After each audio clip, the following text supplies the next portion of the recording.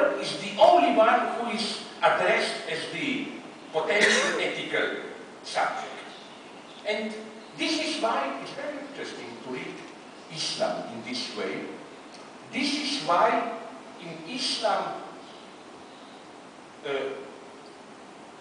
truth is accessible to a man only through the mediation of the woman. And this goes all the way to the top. You know the story of how, this is official story, the religious, of how Muhammad became a prophet. When Archangel Gabriel came to him with the messages, first he thought this is devil's voice. He had to ask his wife Khadija, who convinced him, no, this is God's voice, and so on and so on. So, I'm not now trying to claim that Islam is feminist or whatever. I'm only trying to say, to describe a certain mechanism, which is for me the fundamental Hegelian mechanism.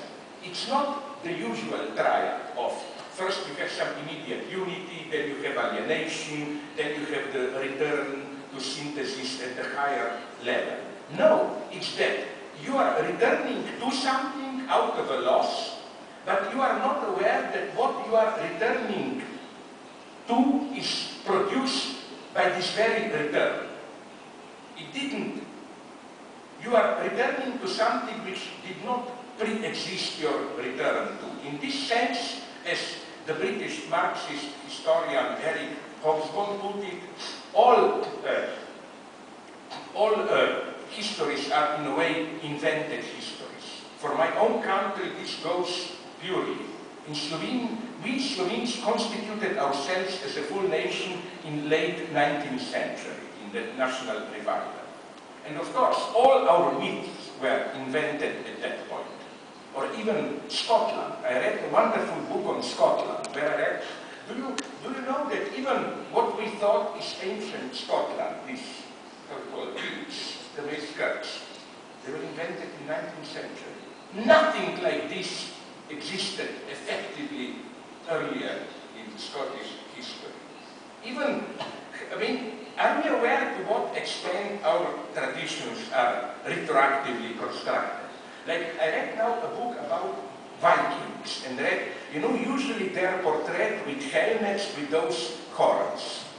Not one such a helmet with horn was ever found. This is pure 19th century, and because even if you can think about it, this would be militarily extremely unpractical. You know, it's stupid. You could be caught immediately, and so on and so on. So, if there is one sentence which gives the spirit of this book from Hegel, it would be this one, when Hegel says, what is thus found only comes to be through being left behind. This is almost a very deconstructionist Derridean thought, that there is no direct presence of the thing.